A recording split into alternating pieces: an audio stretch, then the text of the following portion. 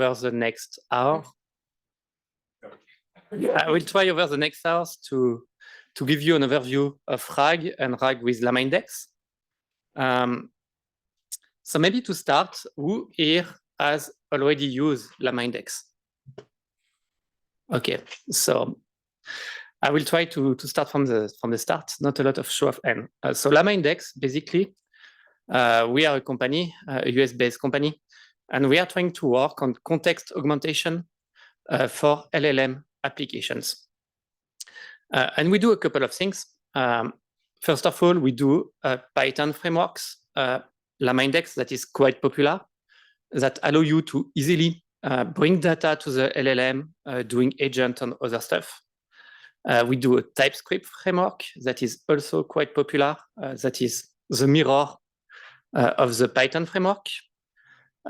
We are doing LlamaHub.ai, which is a kind of a package manager or a curation of package, dataset, eval system, agent system, and tools for agents around LLM. That is also open source. We do Create Llama, which is a tool that allows you to easily scaffold and start an LLM application. So you type Create Llama, and then you said, I want a chat application with Next.js or Flask as the backend.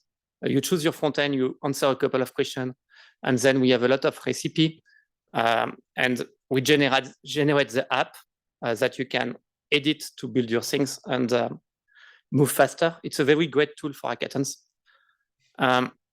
We also have a couple of AI demo like Sec Insight, also open source.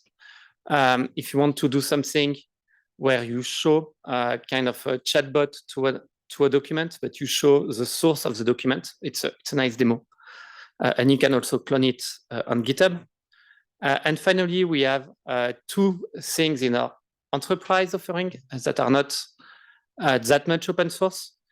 We have Llama Cloud, which is a managed RAG platform that is used by very big company to deploy RAG application. And we have LlamaParse, which is a very good document parsing system. Yep. So basically, we are doing a lot of things. We are a startup. We are maybe 15 people total. So we are still a small company. And most of the things we do are open source or will be open source in the future.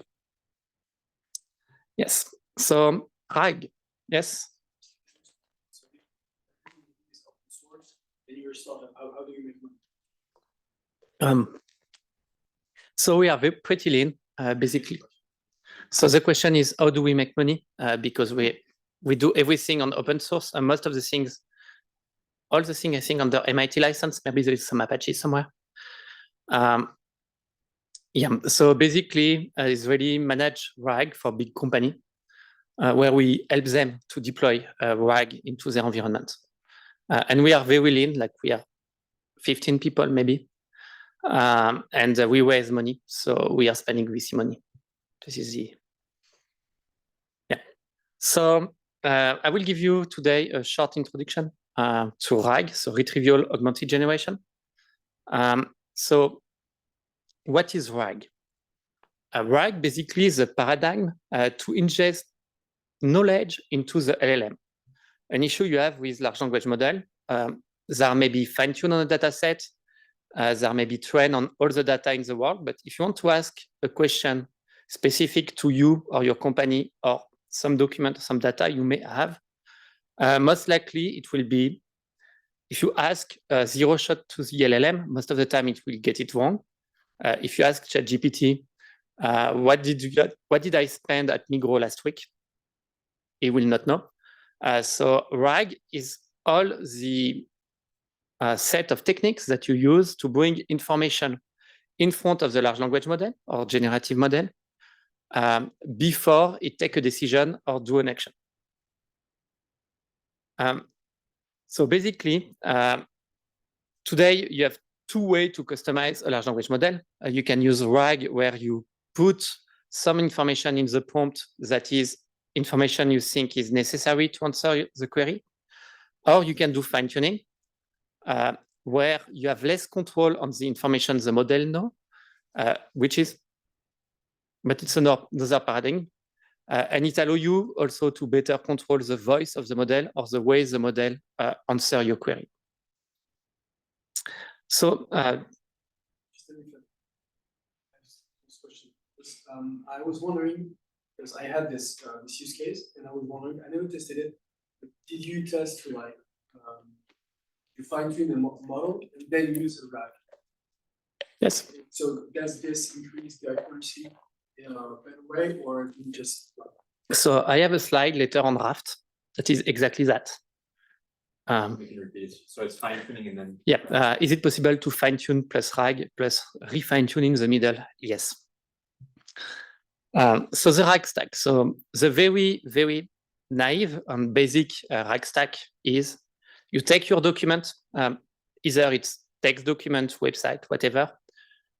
You chunk them, meaning you cut them into small pieces of 512 tokens. You put them into a vector database.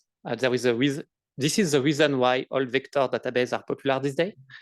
And then when you have a query from a user, you do some semantic similarity search within the vector database toward all your chunk. You take the 3, 4, 5 best scoring one, and you add them to the query to the LLM.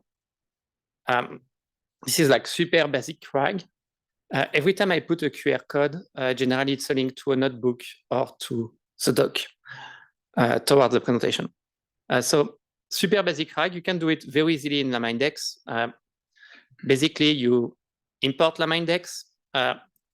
We have something called simple directory reader where you can put a path, here my data folder, and we will automatically take all the documents inside this folder. We have way more loaders. Then you build an index. So you put them into a vector DB.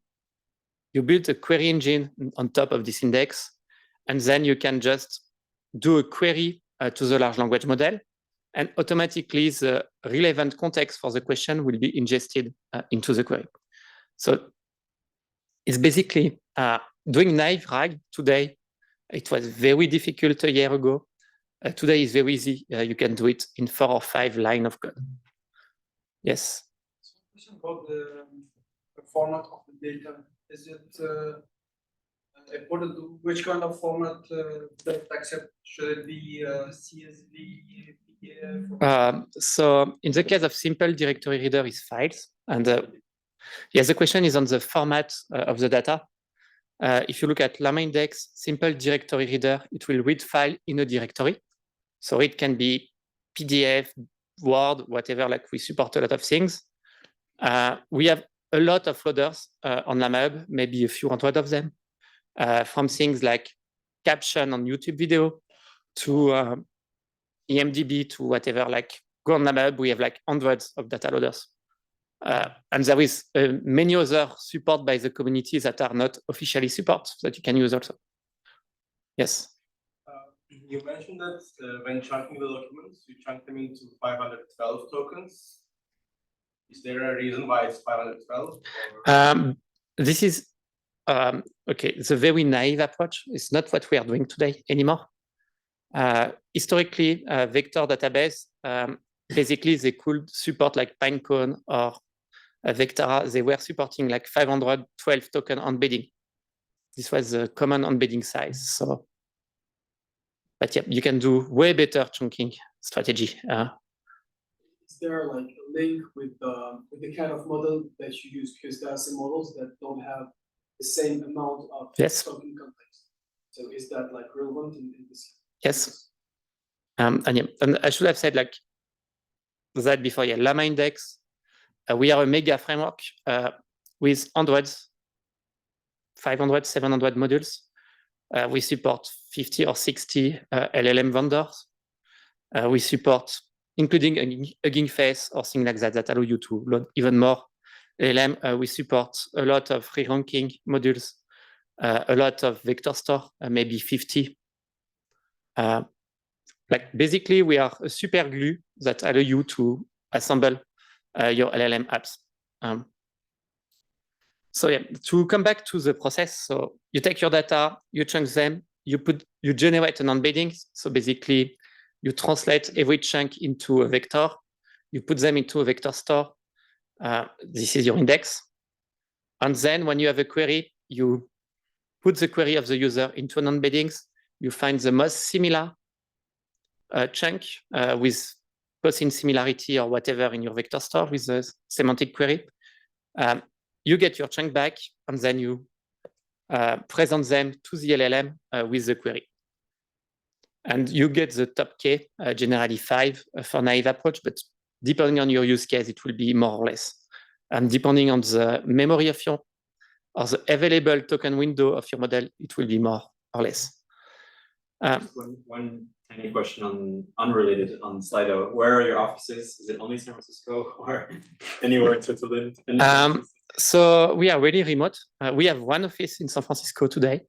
More than half of the team is remote.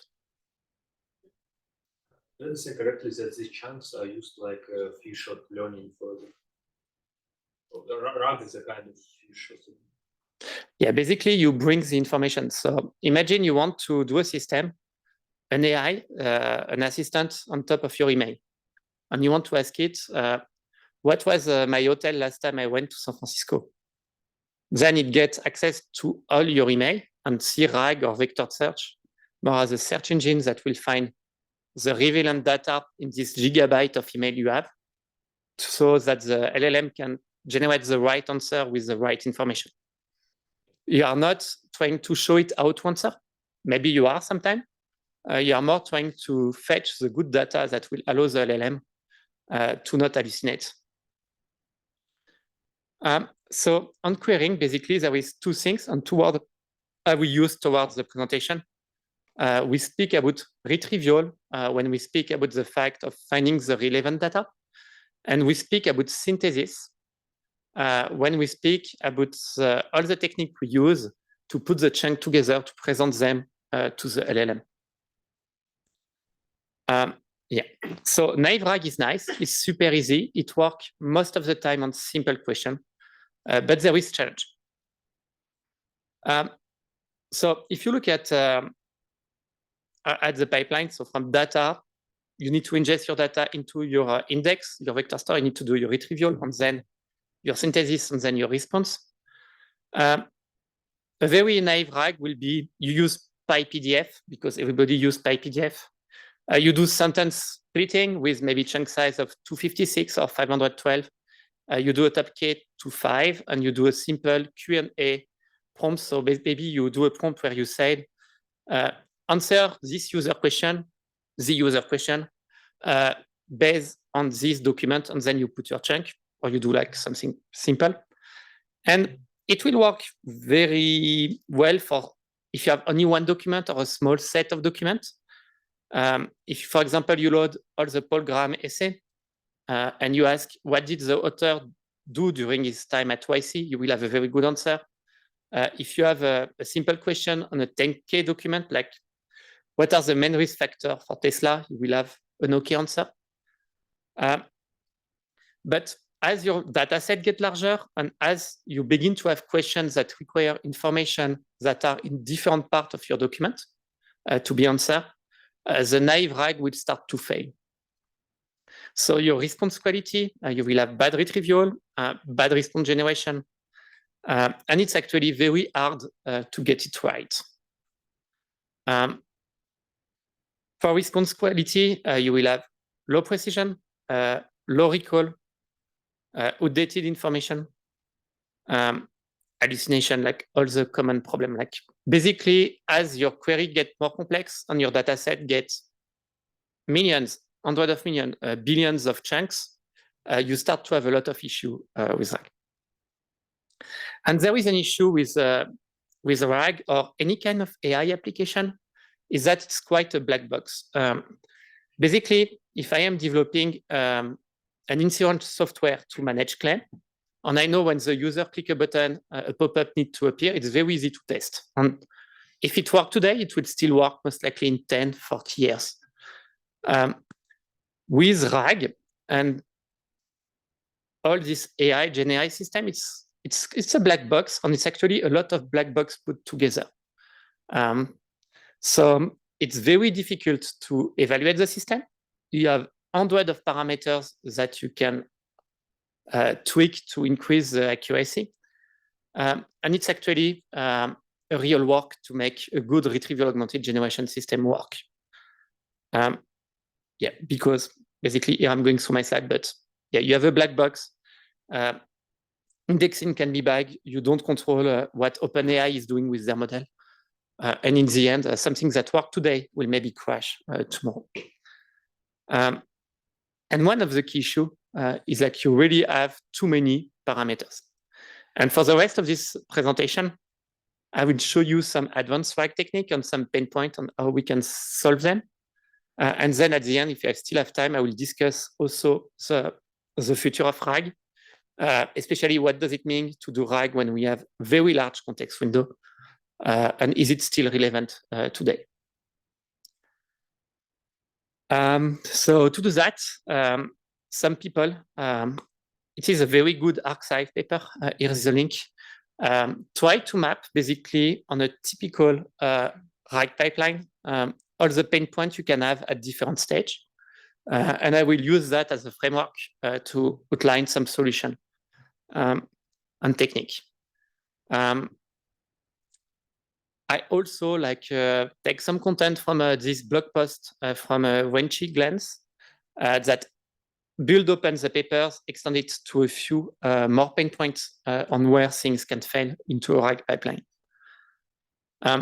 So basically the pain points are, maybe you don't have the context in your knowledge base, maybe you don't have the context in your knowledge base, maybe you are missing context in your retrieval, maybe some data is not extracted, maybe you're not outputting the data correctly, maybe your output is not good, maybe it doesn't scale to large amount of data, maybe you have some issue with rate limit, you have some security issue, and more specifically, it always fails on tabular data, the naive approach, because it's very difficult to retrieve tables, because number look number semantically. And you have a lot of issue also with some data format like PDF.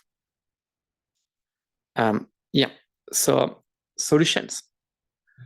One of the first things you can do to improve your RAG pipeline is try to add, to clean your data, obviously, but also to add more data or more metadata to your document.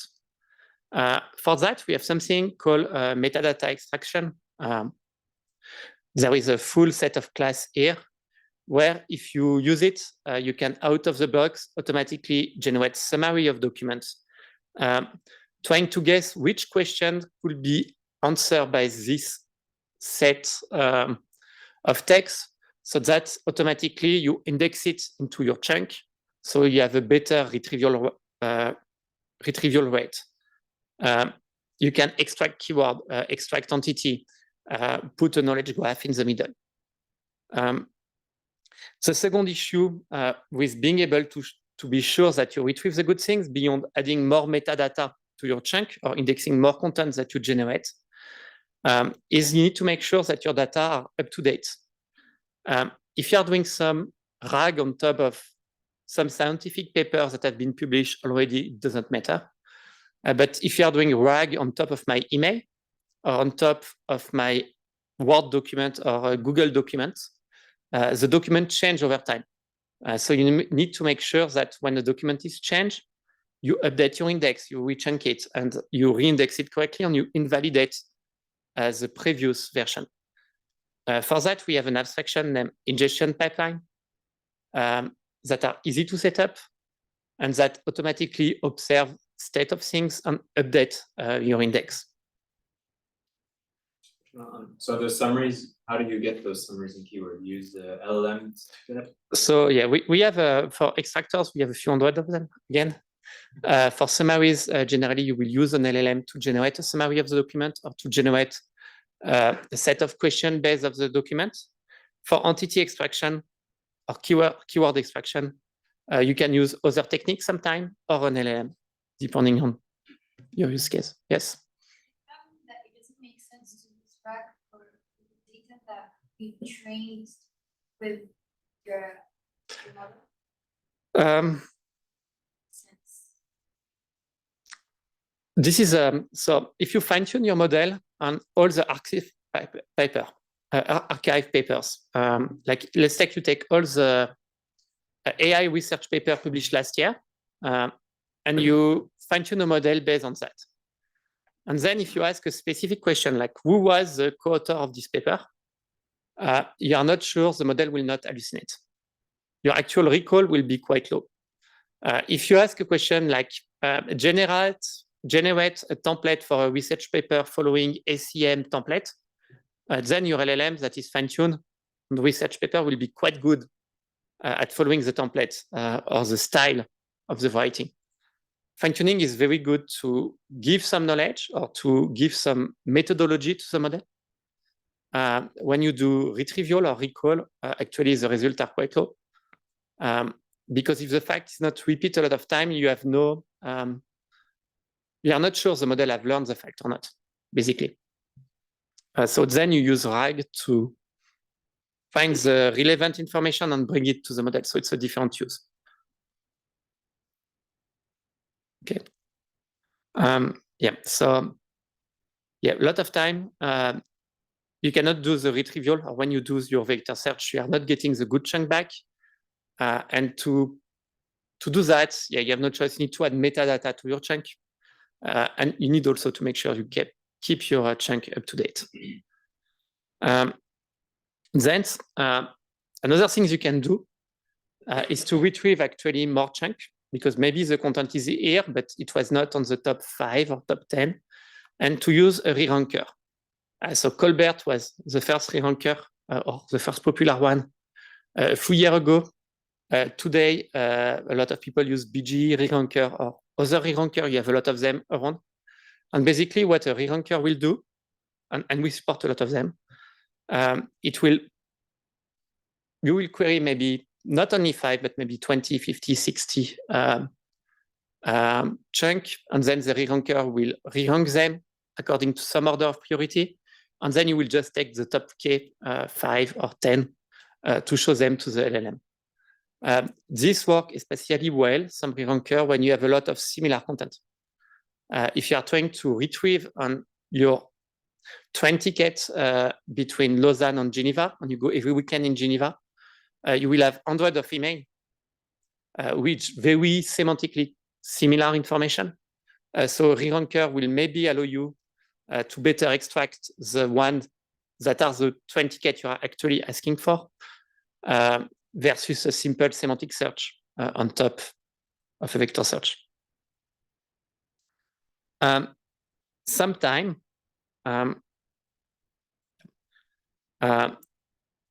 yeah, after re-ranking, you are still missing context. Yes? So question, because this is time efficient, because like I feel you have to ask the LLM, like retrieve the data, if you re-rank them. No, oh yeah, I should have explained that. Most re-rankers are not LLM. They are another kind of model and are very fast. This is a goal. They are not as fast as semantic search. So on semantic search, you can maybe do 1 million or 10 million comparison on a simple CPU. Re-ranker, you are more doing like 1,000. But yeah, per second, I mean. What about the entire pipeline? If you take like 10 milliseconds and 10 and 10 and 10, like, would it be like? Yes, it takes time, but it's still faster than generating and sending everything to the LLM. Like, let's imagine you have all Wikipedia and you want to ask a question. If you do a search first to find the article about a EPFL, the search on Wikipedia will be faster than sending the whole Wikipedia to GPT-4. Like order of magnitude faster. But yes, it takes time, and it depends on your use case. And you have some re-ranker optimized for speed, some for different kind of search. You pick and choose. Another thing that is very useful is recursive retrieval. Basically, if you are not getting the good chunk for your use case from the retrieval, you can do recursive retrieval, the idea is you have a chunk that will be indexed and a chunk that will be present to the LLM, and they are not the same. So basically, you build chunk with a lot of metadata or only metadata that you are using to do your retrieval. And if the chunk is retrieved, you replace it with the original chunk from the original document to present to the LLM. This really improves performance, especially on, I will come back to that later, but on tables. It's very difficult for a vector search to find number in a table because all tables are just number and semantically they're like super similar. So if you use recursive retrieval, you index something that describes the table and then you hot switch it to the table. It works quite well.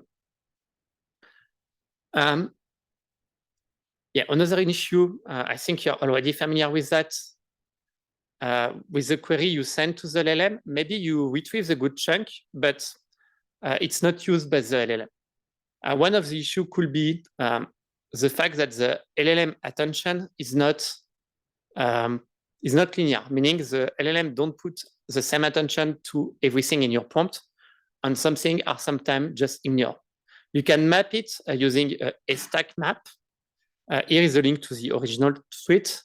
Basically, the idea is you ask the LLM to find a bit of information that you have hide somewhere in the prompt, and every LLM will have a different map on attention at different place. You can work around that either by using a reorder that is aware of the topology of your LLM. So if you know you are using GPT-4, you know you are mostly lost in the middle. So the chunks that are at the beginning or the end of your query have more attention. So maybe you will reorder your chunk to put the chunk you think are the most important, where the LLM have attention. So you can use, for example, long context reorder on LlamaIndex or another reordering system to reorder your chunk. Another things you can do, you can also compress your prompt. And for that, long LLM Lingua, it's a cool paper also. The idea is you try to automatically do some NLP on your prompt to reduce your prompt and to remove everything that is not semantically important for the LLM. So it allows you to have a compressed prompt so it fits better in the part of the model where you have attention. That reordering, are you literally just reordering the sentence? No, you're reordering the chunk. You could reorder the sentence, maybe, but yeah, this makes no sense. In the case, what we do in RAG is generally we keep the query at the beginning or the end, but then the chunk we reorder the chunk according to the attention map. So meaning like the chunks that we think have the highest cosine similarity or that we have re-rank as the most relevant to the question, we put them somewhere we know the model most likely have attention. And it's automatic, it's not, yeah. Is there a technology that adds weights to words? For example, I think about stable diffusion. When you prompt to generate an image, you can put like weight on a specific word to let the model like pay attention more on a certain word. I'm not aware of that. Certainly some people have tried with it, but not in the popular large language model. Because transformers don't work the same way than diffusion model. But yeah, maybe I'm not aware of that. To come back on table, the way you present table to an LLM is important. We did some ablation tests. And basically, if you have scientific paper or financial table, use Markdown. It uses less token. And the ability to the LLM to retrieve the good number when you ask a question. LLM have seen a lot of GitHub style Markdown, and they are very good with that. They've seen a lot of HTML. They are very good to follow the line and colon and find the good number also. But HTML is too verbose in terms of token. So use Markdown. If you use raw text or PyPDF, you have like terrible accuracy results. Because if you ask him like what is the Llama 2 the Llama 2 Chinese score, it will not give you the good number. It will not be able to follow the column. So you add some structure in your text or your chunk. Yes. Just if you transpose the table, does it have an impact? Like if it's a wide table or a very long table? Yeah. Is there some recommendation there? Keep them as short as possible. And maybe, recursive retrieval. One thing you can do, we have something named Markdown node element parser or JSON node parser. And we have unstructured element. We have a couple of element parser, basically. And what we do is if we find a table, we summarize it. And then we expose tool for agentic RAG to allow the LLM to do query on the table. So we will use, we'll rewrite the query of the user. And basically, you put your table in a Panda or SQLite table, and you give tool to the LLM to ask, I want the number for that. And you don't trust the LLM on big table to do it. It works more or less on one page table. If you have an Excel spreadsheet, it will, once you have like 100 line and 100 column, it gets lost. Output format is wrong. So yep, I'm going through my pain points. So it's, if I'm jumping topic for topic, it's less of an issue today. Like we have way better tool cooling and way better output. Like you have the JSON mode on OpenAI. Llama 3 is very good also at giving you very good structure. Or Command plus R also a couple of weeks ago. So yeah, basically, if you have really an issue, you want a very specific output format. For example, it's not JSON. You are working with mainframe, and you need OC2, whatever, very strange format. What you do is token per token generation, either with guidance or LMQL. Guidance, sorry. And basically, it allows you to apply like a regex on your output, and you reject tokens that don't match your template or your regex, regular expression, sorry. And it allows you to ensure that the LLM output format exactly like you need. And finally, in complete answer, here I suggest that you use agentic RAG. And it's, I have some slide on it in my presentation. But basically, instead of doing a naive pipeline, you do some routing, you add some React, basically agent into your RAG pipeline, and you do something a little smarter so you can have more accuracy. And to mention to your question before, to do agentic RAG, a new technique that is very popular since a couple of months is Raft. The idea is that to do you take your document, you build a tool to access each document automatically. You have a framework with Raft. Basically, you generate a data set of sample questions to answer questions from this document using the tool for the document you have used. You fine-tune a model to select the tool automatically. And then at routing time, so basically when you have a query, you use the fine-tuned model to select the good tool, like a document to answer the question.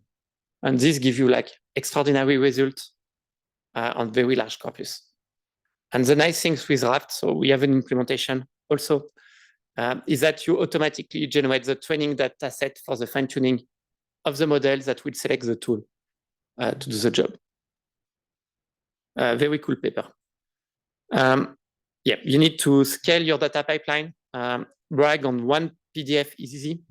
RAG on thousands of documents in a SharePoint somewhere, a little more complicated. And then you can use AWS ingestion or Google Cloud, Vertex or whatever.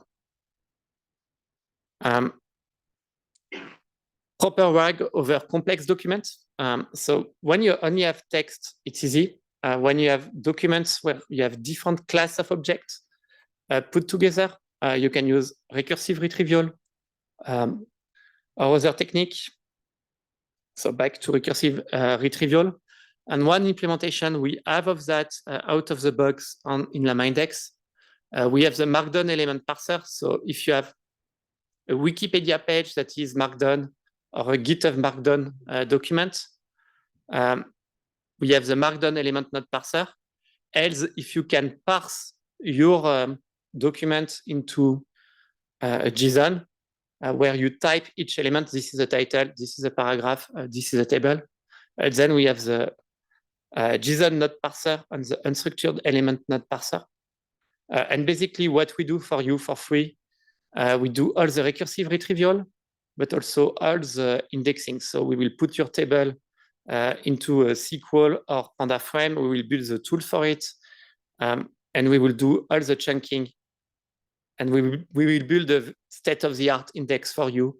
And you can do it in a few lines. So you don't have to build your whole indexings and recursive retrieval pipeline. Yeah, so basically, what you use, you have your PDF, you have your nodes, and you have like a hierarchical retrieval in some form, and you will have different kind of retrieval for different kind of document. Sorry. One of the key issue in a lot of use case we see is PDF parsing, Word parsing, PowerPoint parsing. Generally, document parsing is very bad today. And it's strange that in 2024, we still don't have a good OCR. Apparently, it's a solved problem since the 80s, but yeah. So one thing we have built is LlamaParse that is able to parse any kind of document into data that is not always perfectly accurate. Sometimes we miss some content on purpose, but at least that is presented in a way that you can index it, chunk it, and present it to an LLM and have the best result for your RAG pipeline. This is our pay offering. It's not open source for now.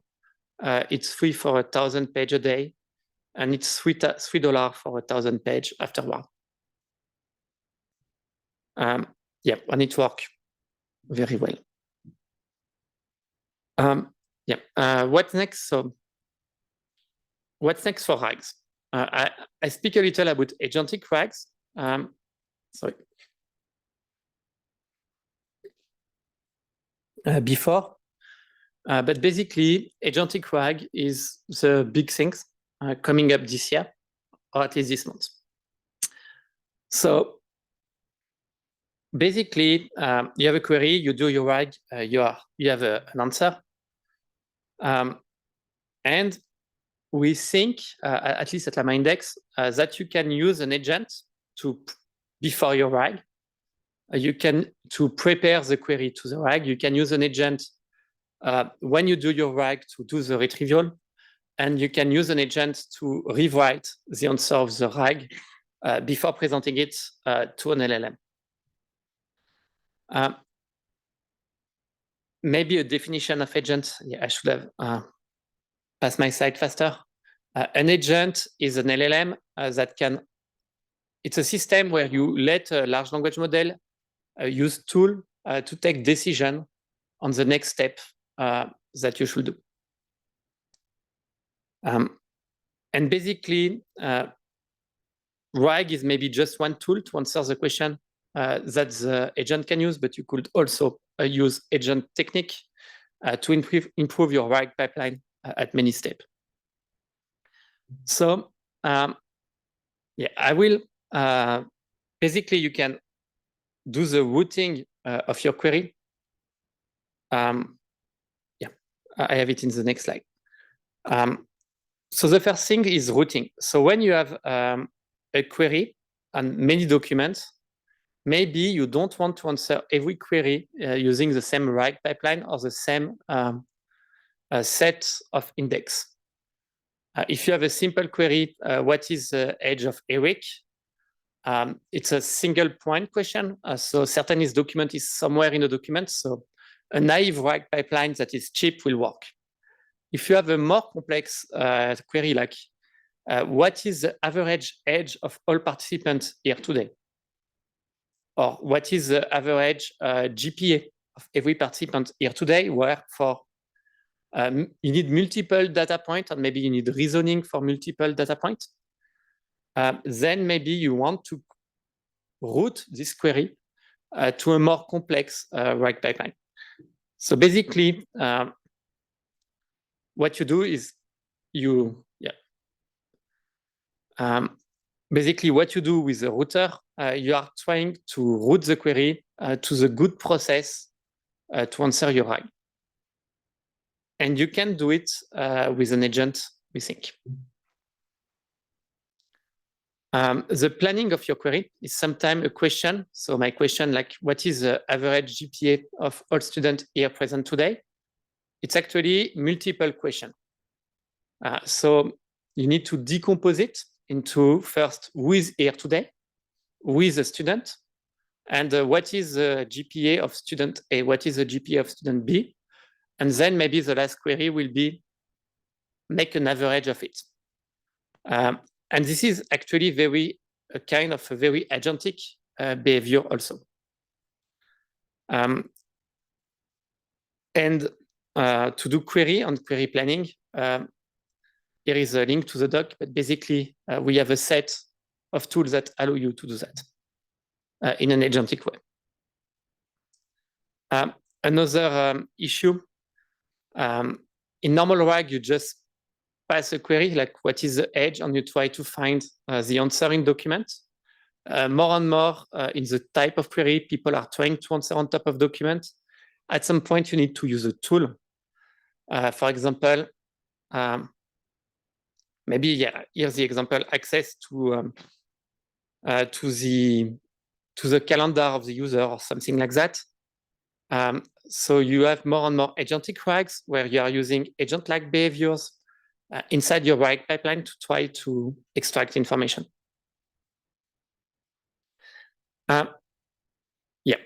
So basically for all these steps, we can use agent.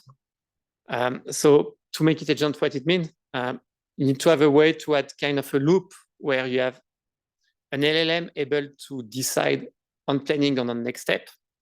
And you need to start to add some memory of the things you should do, that you have decided to do, on the things that you have done. So basically, the main component of a RAG agent, at the center, you have a reasoning loop. You can either use React, so reason act. It's a technique, a paper that has been published last year that worked quite well to develop agents. Or you can use an OpenAI agent through the OpenAI Assistant API. And this only works with OpenAI because they decide to do things differently.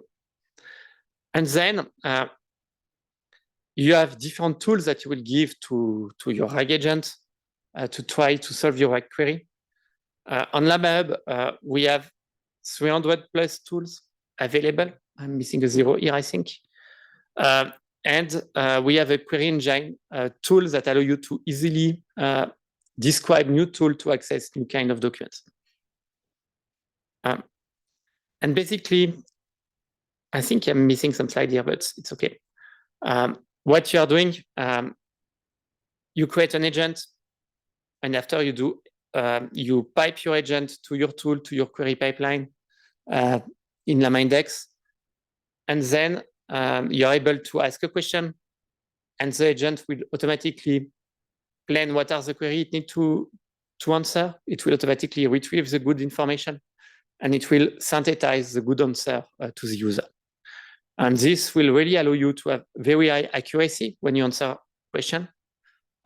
However, today it's a little slower than naive RAG because you could have 50, 100 steps that each require a round trip to an LLM. Yeah, and basically, can we make it better than even naive RAG? Another very cool thing is LLM compiler. Basically, what LLM compiler, it's a paper from December last year, allow you to do. It allows you to take a full set of action you want to do and to compile it into a plan that is executable by an LLM. So example, is the climate of Chicago or Seattle better during the winter time? So this is your query. And basically what LLM compiler will do, it will decompose your query and compile it to a set of executable step given a set of tools and execute it. Allow you to execute it. And also something that is quite à la mode is tree thinking. So historically, we are doing chain of thought, like the RE of React is reasoning, like how will you do that? Then you do a plan and then you act on it. No, more and more we are doing how will you do that, but 10 times, and how will you do that further 10 times? So for the planning, we try to do a tree of possibility, or a graph of possibility in a knowledge graph more and more. And then we collapse it into an action plan that we take. So yeah, also tree of thought, reasoning BI planning, language agent research, all super cool paper if you're into this kind of things.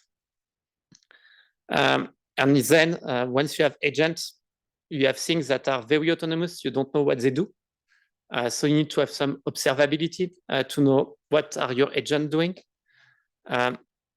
Maybe you need some time to have low-level control of step-by-step agents. So we have an API for that also.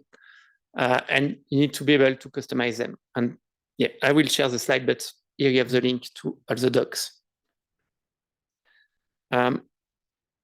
And finally, we have something called query pipeline in LlamaIndex that allow you to easily encapsulate agent. To finish, what's next for RAG? Naive RAG was very useful when you want to ask a question about a PDF. But today we have models that have a mega token, soon maybe 10 mega token, 100 mega token of context window. So then it makes less and less sense to use RAG because you can put the whole document into the prompt. Some people have declared that RAG is dead with the release of Gemini Pro 1.5, like the first 1 mega token commercially available LLM. But basically, we don't think so. Because we are a RAG framework, but also because RAG is really cheap compared to LLM inference today. And still today in 2024, the base model are doing like 500K token per second on H100. Whereas with RAG, maybe you can query giga tokens in 1 second or less. So we don't think so. However, what we think is the way we do RAG will evolve.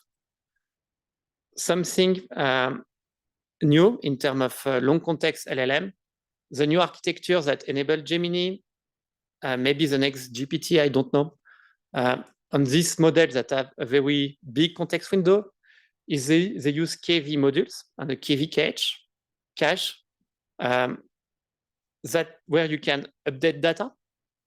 And then you add the prompt to it. So it allows you to extend the memory of the model without having to recharge it every time for every token.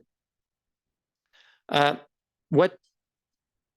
of course, I don't have slide for that, but yeah.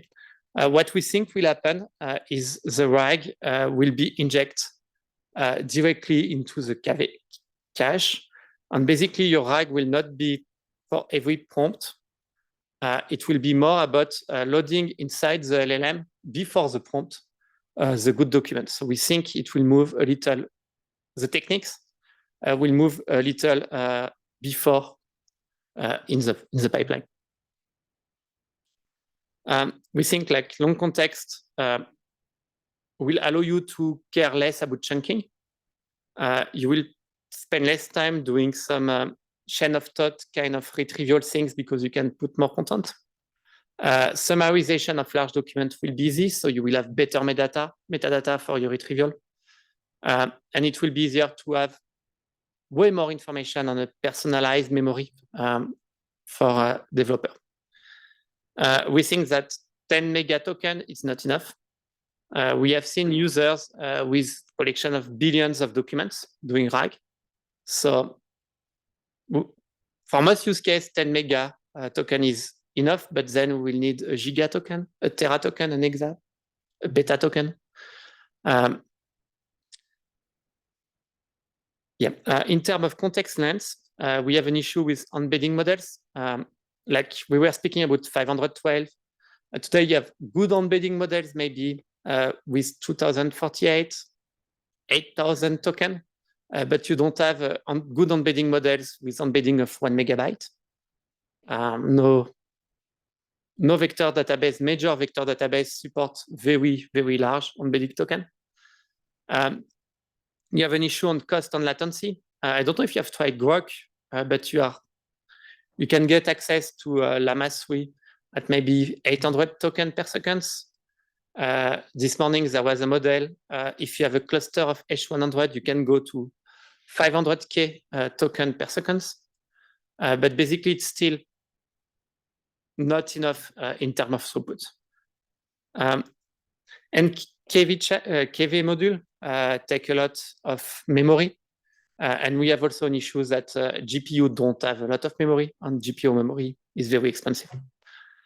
So yeah, what we think this will bring the rise to new RAG architecture. The first one is small to big. We really think small to big will be important in the future, and I will detail it later. I think intelligent routing, maybe with agents, will also allow you with this with these larger models to do better things. And you will be able to move the retrieval into the KV. I don't know if I pronounce it correctly, sorry, KV caching, as I was saying before. So small to big. Basically, the idea of small to big, especially if you have sparse data or a lot of data, is that sometimes the information you need is very small in the document, and you will not find it when you do semantic retrieval. An example, if I take the Llama 2 paper and I add a sentence inside, Lozak is 10-year-old or 8-year-old, and then I chunk it by block of 500 or so token or 2000 token or a mega token. And I ask the query, how old is Lausanne hackathon? The semantic similarity of the block with Lozak is 10-year-old lost in middle of the Llama 2 paper garbage, or other things like garbage in our case, because it's not what we want to retrieve, may be very low because the signal to noise ratio is too high. So with big to small, what you do is you do very, very small chunk, maybe a sentence long, maybe 100 token long. And then you retrieve the most relevant one. But the issue you have with that is like with very small chunk, you are missing a lot of context. So with small to big, you retrieve on very small chunk, and then you rerank them and you choose the one you want, and then you add all the surrounding context, so the window, around this chunk. And this works very well if you have sparse data or data that are not described, if you have very noisy data, basically. And we think as embedding get better, and as context windows get better, you really have an issue of having too much noise and difficulty for the model to know which information is the right one, which information are not contradicting each other, because the more data you add in your context windows, the more noise you add actually for the query. So maybe you don't want to use the full context window. Maybe you want to do small to big retrieval or similar techniques for your checks or your prompt. Yeah, same intelligent routings, depending on the type of question, having different pipeline will help. And we think intelligent routing with agents is the future of RAG, most likely, will be very popular in the next 6 months. Things move very fast.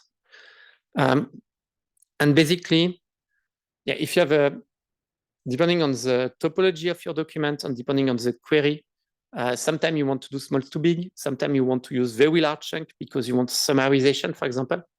If I ask you to summarize something, you don't want to do small to big, you want to have larger chunk. And finally, as I was mentioning, the retriever will likely move. Today, the retriever is before the synthesis of the chunk to present them to the LLM. We think the retriever will likely move towards the KV cache, because if I have 1 mega token and I have a chatbot that interacts with my clients, maybe I always want to preload all information relative to this client into the LLM. And I don't want to do it at the query time, but I want to do it a little before. And with KV caching, what you're able to do is to preload somehow the data. So the query after is very fast and you don't have to do the retrieval at query time. Yep. Sorry, that was all. I'm a little jet lagged, so I don't know if I make sense at all, but check out LlamaIndex. It's a cool framework. There is other ones. We have good documentation, a lot of notebooks, maybe hundreds of notebooks showing all the things I've shown, and we are hiring. Thanks.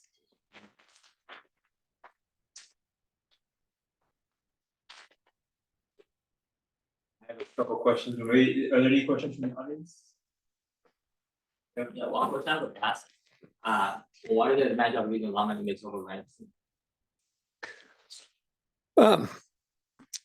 It was a very easy answer. So the question is LangChain or LlamaIndex?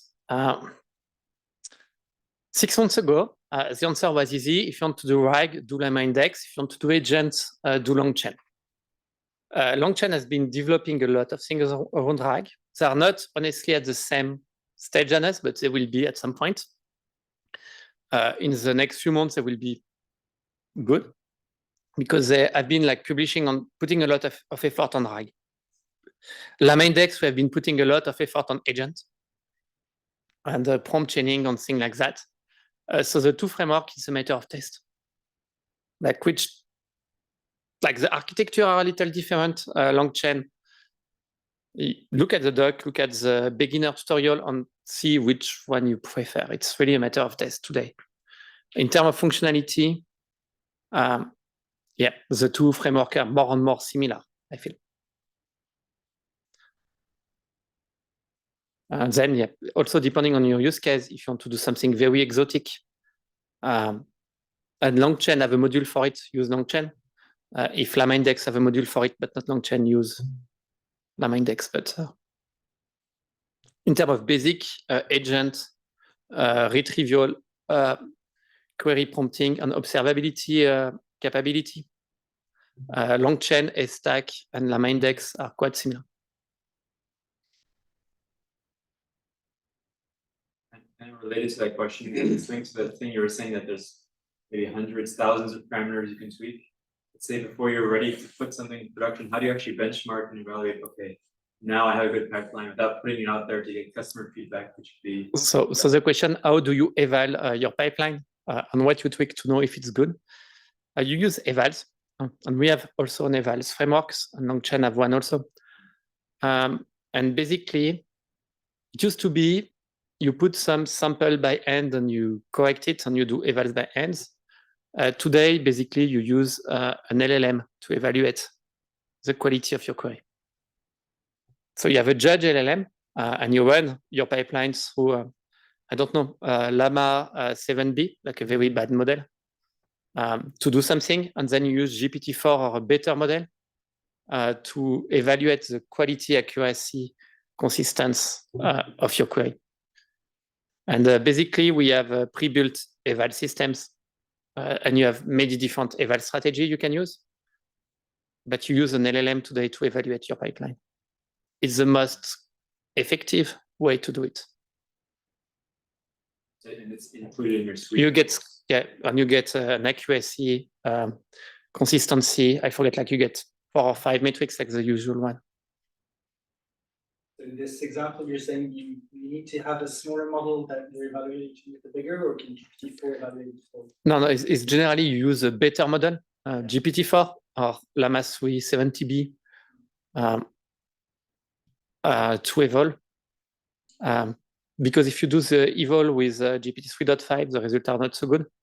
With GPT-4, there has been quite a lot of research on the topic, and you beat a human most of the time. So it's kind of hard to have a full pipeline on GPT-4 because you can't really evaluate. Yeah, you evaluate with GPT-4. Okay. But basically, what the eval framework do is run your pipeline, and then it asks a couple of questions like, does this query look accurate? Does this query look, and it try to calculate scores.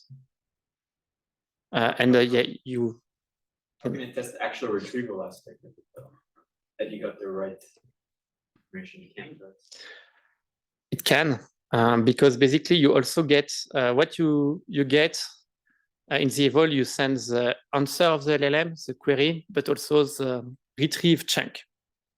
And you ask him like, is this chunk relevant to the query or not? Or does the answer contradict the chunk or stuff like that? But yeah, basically, evals is somewhere.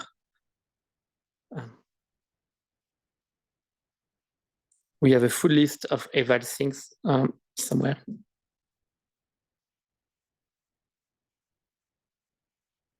Yeah, bad search, but yeah, I can find the page if you're interested. We have like 10 different eval strategy that you can use. You just mentioned at some point knowledge graph. Yeah. So a lot of people, especially people doing data management or that have been building knowledge graph for a long time, think knowledge graph as a perfect tool to do RAG. And actually, as a tool to do retrieval, it's very nice because an LLM can generate a Cypher query, more or less, that you can directly run on your knowledge graph if you have one, to retrieve some query you could not do normally in SQL, or like it's a different topology of query to work well. However, you have a couple of issues. You need to synthesize your knowledge graph answer into English, because if you use tuple, so basically edge on nodes, the LLM, it's very difficult for an LLM to reconstruct the graph from a description of edge of node when you have more than 10 nodes, I would say, because the representation is not linear in text. And after, you have a lot of things where people are trying to use LLM to automatically generate knowledge graph about a document. Then at RAG, for the retrieval, what you do, you generate a Cypher query and you run it on the knowledge graph you just generate to retrieve the relevant bit of the document. You can have a look at the Neo4j module in LlamaIndex to see an implementation of that. Yeah, we have a few providers. If you already have a knowledge graph, it's a very good thing. You can use it. Knowledge graph on top of document is promising. I don't know if it will be, but here is my personal opinion. Use a better model as a judge. What kind of assumptions do you make that the judge will make the right decision? So basically what you do is you eval 100 or 1,000 query. You don't eval 5. And then it's you have a score. And if your score is moving to the good direction, is it significative, then you know you are going to the good direction. Yes? If the RAG, if the vector database supports also like multimodal data, what would this, like, how this impact the basically, you change nothing. Like you will not bring multimodal. It's actually text in the end today. So basically, you will either use clip embedding or a description of the image that you will present to the LLM to do the query, or the image that you have retrieved. But basically, you will index a description of the image, and when you do your search, you will you will is what you will put in your embeddings. You can like embed the whole image, for example. Use the embedding. Yeah, but this is what multimodal models are doing today. Most of them are using clip embedding. So you do the clip embedding of your image and you retrieve on that. But yeah, in the future, image, soon video, I don't know.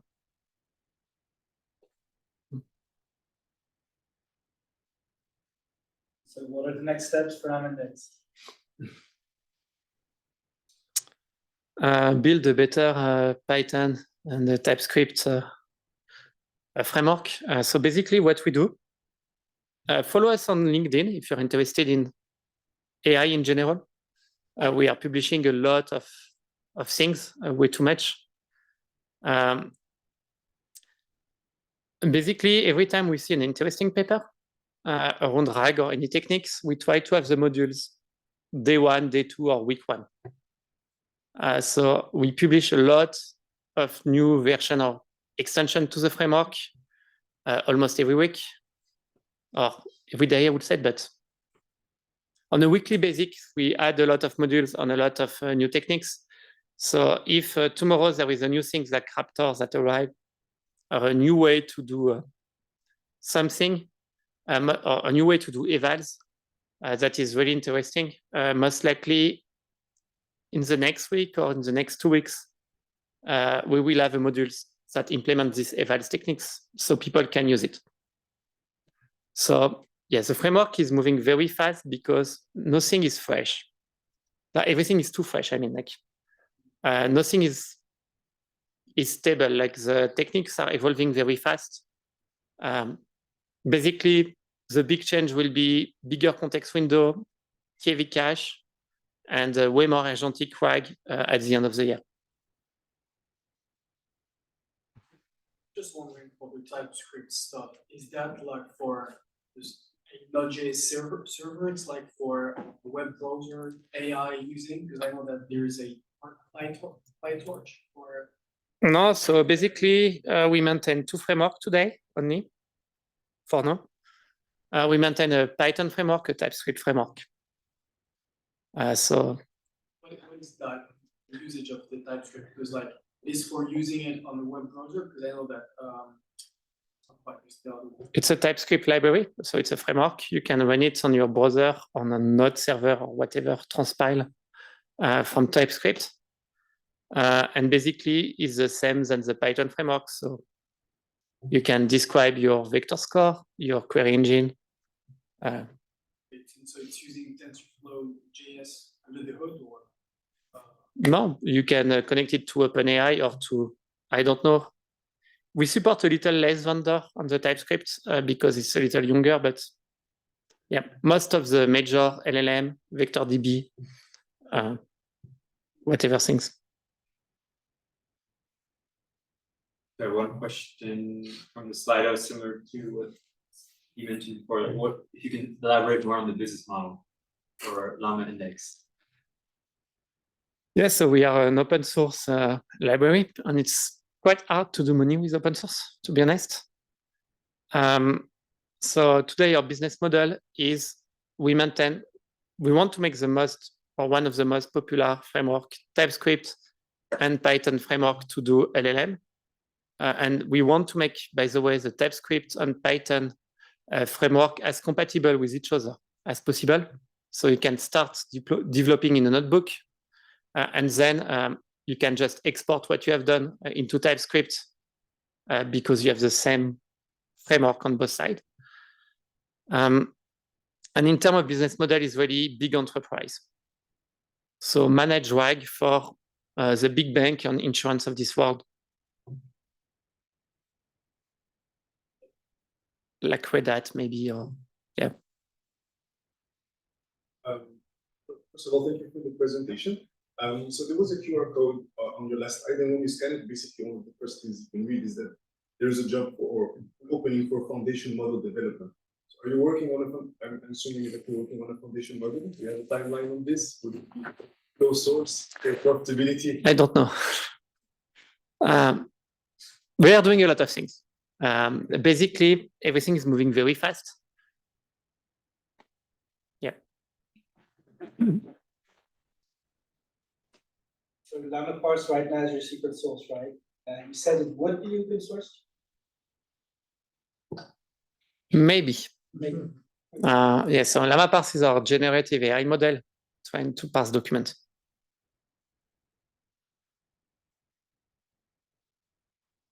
So, yep. I don't know. For now, Llama parse, the issue is the operate, like we sell it for very cheap, almost at cost.